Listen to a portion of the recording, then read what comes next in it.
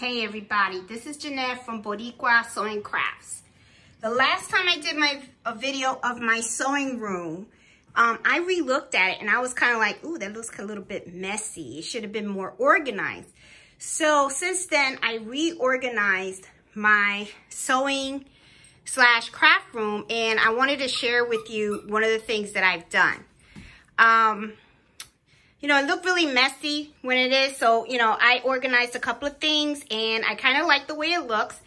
And, you know, if you're a sewer and a crafter, you know that the way you see it right now, it's not gonna last, okay? This is eventually going to get messy again, because we do what we do, right? So anyway, let's get down to it. The first thing I want to show you guys that I noticed at the last video that I did, and as you see here, here's the supervisor playing with his little toy. Oh boy. Anyway, so I hope you know, I should not have given him that squeaky toy. I wanted to bring your attention to the closet. The first time that I did this video, the closet did not look exactly very, very neat, right? And to be honest, to me, it was a little mess, but it was a mess that was, to me, organized because I knew where things were. But I wanted to show you what I did. Of course, I folded up things. I made them a little neater. These are glasses up here that I used to etch glasses. I don't think I'll be doing that anymore. Some more stabilizer. Of course, I need that. My bubble wrap, you know, when I send out stuff.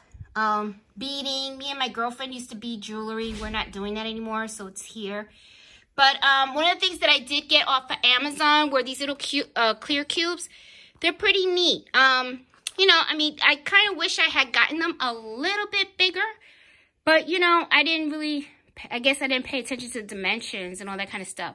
So this is where I keep a lot of my blanks. And as you see, these are towels that I embroider. And if I like them, I take the picture and I put them on the shop. And then I just package them up and I put them in here. And if I get an order, that way I don't have to really re-embroider it. So everything looks kind of neat. I have my riser in here. Let me get my fingers out of the way. I have my riser in here. I do have to do a video on that. I am still looking for a tote bag. I want a really nice tote bag, and I want to use the riser to embroider that. And I keep my embroidery bed in here. Here I have like packaging bags, extra packaging bags. Let's open up the other side of my closet, and then you can see how I organized it there. I had a whole bunch of shirts, and I took them off the hangers, as you can see, and then I just folded them nicely. Seems to work because I had an order for shirts the other day, and I was able to just find the color and the size fairly quickly. So I was kind of like, oh, I should have done that a long time ago. And as you see, folding them up really did free up a lot of space for me. You know, I've got more bubble wrap up here. I got my little baseball hats also, some more crafting supplies, and a lot of the painting, I keep that at the bottom. I learned the hard way to keep it at the bottom because if you put it on the top shelf and it falls and that sucker opens up, then you got a lot of scrubbing to do. And that happened to me, so that wasn't fun. So this is just an overview of what the closet looks like. I think I showed you guys, I like to use I think that's the over the purse door. I have that also listed on my Amazon shop. I like to use that to hold my towels, so that way I can embroider them. I got my cutting board. Right now, as you see, it's nice and clean. You know, there is nothing on here, which means that I can go ahead and I can just start, you know, opening up fabric, cutting away. I do have to pull it away from the room. You know, we're not getting a bigger house. We're staying right here, okay? So I'm going to make do with this bedroom. So I just, you know, pull and, you know, close this up and push it back, and it works. It just works for me, okay? I mean, it's fine. I don't really need a bigger room. This will work. And then under here, I do store a couple of things. Let me show you what I have under here. I had it a little more neater, but I guess because I moved it. That is 20 yards of batting. Joanne had a sale, and at that time, I was making like these bowl cozies. So yeah, I went a little crazy on the batting. So I got 20 yards of batting over here. That's $100. I was like, oh God, what am I gonna do with all that batting? So I guess for Christmas, everybody, you're getting bowl cozies, okay? So, and then I use my polyfill. I like those for my pillows. I like to make reading pillows, so those are the ones that I use for my pillows. So this is just stuff that I'm sure as I use it, it'll go away from here. I got the Cricut luggage. Why I got that, I have no idea. You know, that is something, I mean, here I am thinking, oh, I'm going to be going to craft shows and I need something, luggage to put everything in there so I can go and sell and stuff like that. Nah, it didn't happen. So I use this. This is for a lot of my sewing stabilizer. This is a bag to carry the Cricut. I'm going to gift this to my sister. Because she just bought her a Cricut maker, so I'm just going to embroider her name on it, and I'll gift it to her. And then all of this is just my sewing stabilizer, and then I use these for some of my Cricut tools and stuff, and some of the tools for my embroidery machines and sewing machines. I like to keep that in there. That way it's nice and neat in one place. Ain't that right, Mello? He act like he doing something. Okay, right. All right, so let me see, moving along here. As you can see, I mean, I have a lot of thread. I don't know what it is. I just love buying thread. However, though, you know, I did have a customer recently, and she asked for the Tiffany blue color.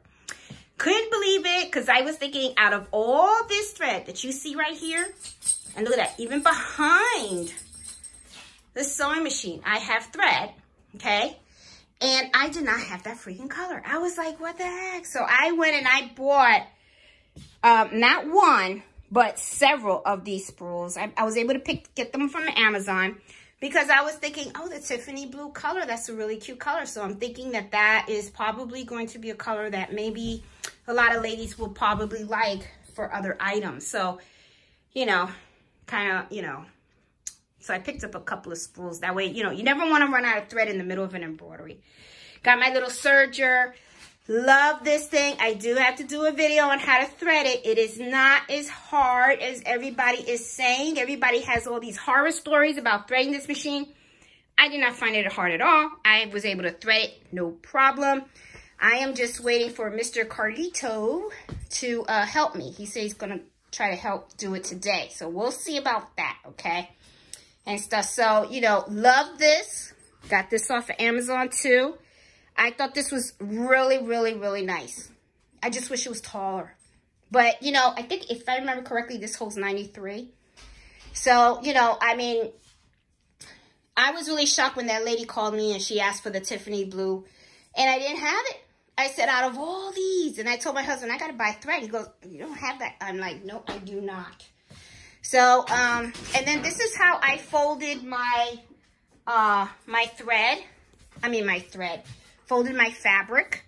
I used the magazine, cardboards, and they fold really nicely. I like doing this because you can see the fabric that you have. Before, I had them folded and I would put them in the shelf, but they were not in an organized way. And then I would go to Joann and I would rebuy the same fabric. So I was like, oh, that was great. It's not like you can return it. I mean, after you tell them to cut it and everything. And let me see. Here I have my little embroidery machine with my favorite clock, my sewing clock and stuff like that. And, you know, let's see what else I got. And then I just have, you know, my workstation here and all that stuff. And I think you saw it before. It's nice and neater and stuff. And then, you know, I got my Cricut machine. I got to make some videos on Cricut machine.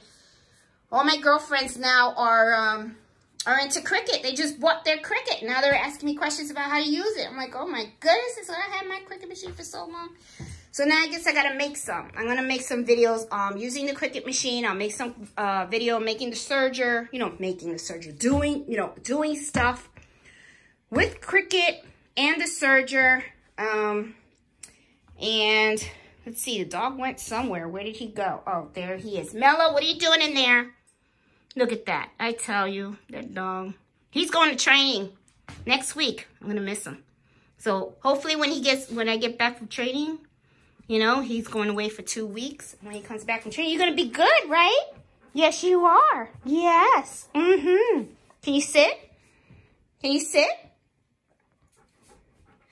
Yeah. Oh, good. Thank you for sitting. All right. So anyway, guys, I just wanted to give you a quick overview of the sewing room.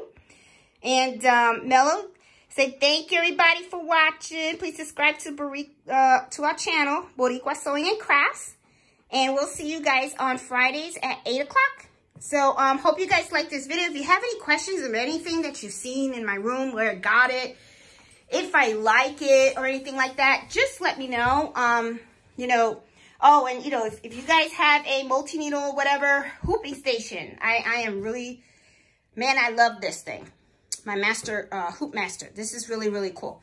So anyway, if you see anything in here that, you know, you have a question about, you know, want to know where I got it from, how much, would I do it all over again? Just let me, you know, just put a comment in there and let me know. And, you know, I will, you know, tell you honestly how I feel and stuff, you know. So anyway, hope you guys enjoyed this video. Again, give it a thumbs up, and subscribe to my channel if you're new. So, happy sewing and happy embroidering. Bye.